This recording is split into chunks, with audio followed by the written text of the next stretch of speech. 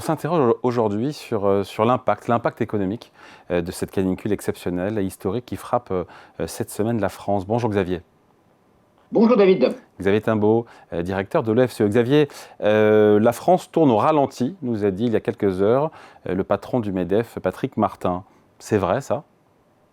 Alors, c'est vrai, en tout cas, c'est ce qu'on peut, disons, essayer d'extrapoler par rapport à ce qu'on observe. On saura l'impact exact quand on aura des statistiques qui permettront de transformer ces impressions que l'on a sur l'activité aujourd'hui en France. Mais très probablement, et en particulier si on regarde un peu ce qui s'est passé dans les précédents épisodes de température élevée, de température extrême, oui, on peut imaginer que ça va se traduire concrètement par un effet économique non négligeable. Hmm. Parce que on se dit que c'est sectoriel, non? C'est parce que pour beaucoup de travailleurs, ben, on est vite épuisé. On voit la désorganisation notamment à l'école, des trains qui sont annulés, des chantiers qui sont arrêtés. Voilà, sur le fonctionnement de l'économie, tout ça n'est pas sans conséquence. Ou on se dit que c'est juste Non. sectoriel ou pas.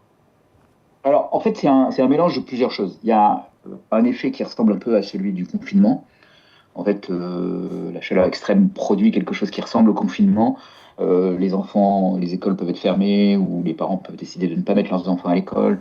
Du coup, ils sont contraints de télétravailler. Donc ça a un impact sur l'économie. Alors, en même temps, le télétravail, aujourd'hui, on sait que il est quand même une technique assez bien maîtrisée. Donc, du coup, il permet quand même une continuité de l'activité. Mais on se dit bien aussi qu'avec ces fortes chaleurs, la productivité individuelle va être fortement diminuée.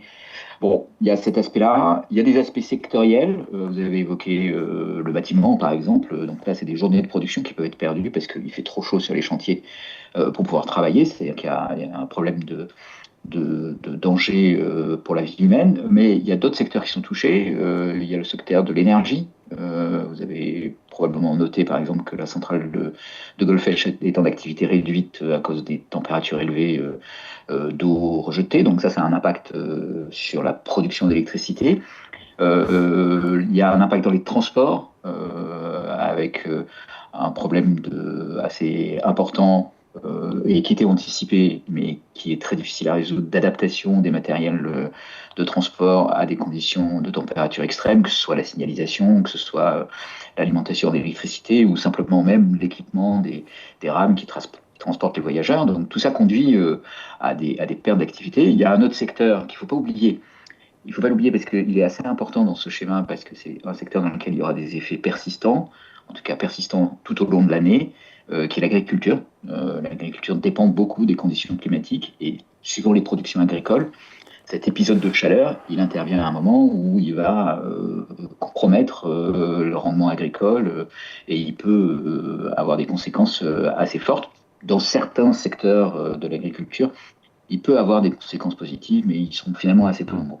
Et Donc voilà, ouais. on a ce mélange de tout ça qui conduit effectivement à des coûts supplémentaires, des pertes de productivité, des Mais ruptures si on doit le d'activité. chiffrer, Xavier, si on doit le chiffrer, moi Mm. j'écoute le nouveau gouverneur de la Banque de France, Emmanuel Moulin, qui nous dit que les épisodes caniculaires ont clairement un effet négatif sur la croissance, merci, mais à moyen terme.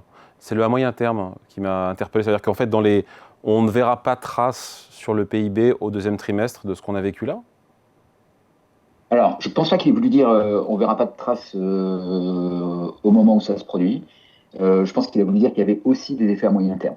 Ce qu'on sait des épisodes précédents, c'est par exemple de 2003, c'est qu'il y a un impact qui se chiffre en quelques dixièmes de points de PIB. Donc 2003, c'est estimé autour de moins 0,2% de PIB pour l'année pour un épisode caniculaire qui s'était produit en août. Là, on est dans un cas un peu différent. D'abord, il se produit en juin. Ensuite, c'est peut-être le premier d'une série d'épisodes caniculaires qui pourraient se produire jusqu'au mois de juillet, avec des effets qui vont se cumuler, possiblement.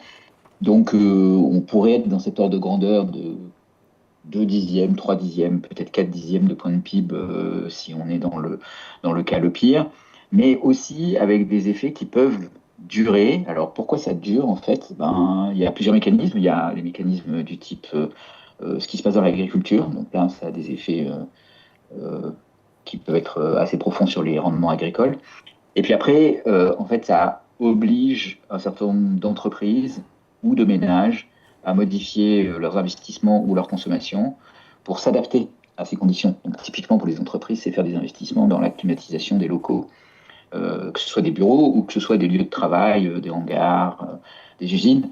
Et cet effort d'investissement, il va détourner d'autres investissements productifs. De Ouais. la même façon, les ménages vont probablement aussi faire un effort important d'investissement et du coup vont couper un certain nombre d'autres consommations. Alors c'est positif pour ceux qui installent des climatisations et qui vendent Ouais.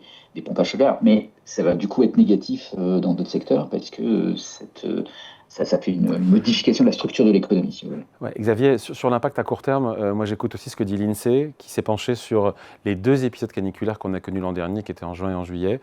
Aucune de ces 2 vagues de chaleur n'a pénalisé la croissance au 2e trimestre en France. C'est surprenant quand même, hein, Exactement. mais c'est surprenant. C'est surprenant. Alors, c'est surprenant en même temps. Bon, le travail de l'INSEE, il est sérieux.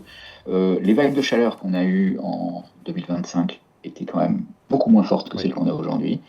Je vous rappelle qu'on a quand même eu un coup de chaleur, comme ça qu'on l'appelle, en mai de cette année.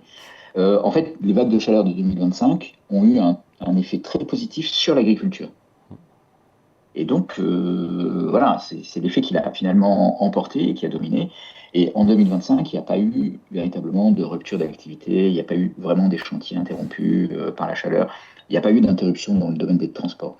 En fait, un des points, c'est que c'est pas une vague de chaleur, c'est pas comparable. Alors, il y a le moment où elle se produit, mais il y a aussi les températures qui sont atteintes.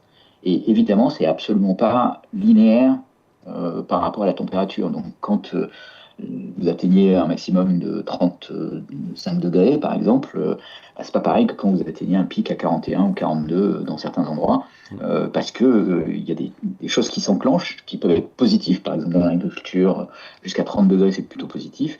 Et à 40 Mmh. degrés, vous pouvez griller des cultures d'un coup. Ouais. Donc ça change Et donc sur le 2e radicalement. trimestre de cette année, on verra quoi a priori? Parce qu'on est déjà en Sur croissance le, quasiment zéro, hein. Ça dépend entre ce que dit la Banque de France sur son estimation et l'INSEE du 2e trimestre de la croissance en France. On est 0 moins ou 0 plus. On peut passer en négatif à cause de cet épisode? On pourrait passer en négatif à cause de cet épisode, en tout cas, surtout si cet épisode se prolonge par d'autres épisodes au mois de juillet, donc dans les semaines qui viennent.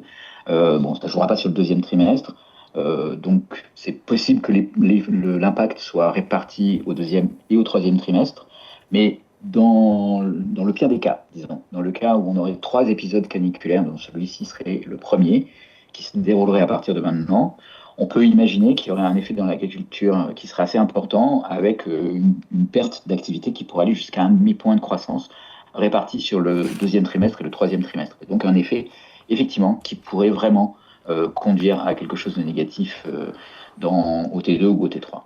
Allez, merci beaucoup. Explication signée Xavier Timbaud, directeur de l'OFCE. Merci Xavier, bonne journée. Merci David.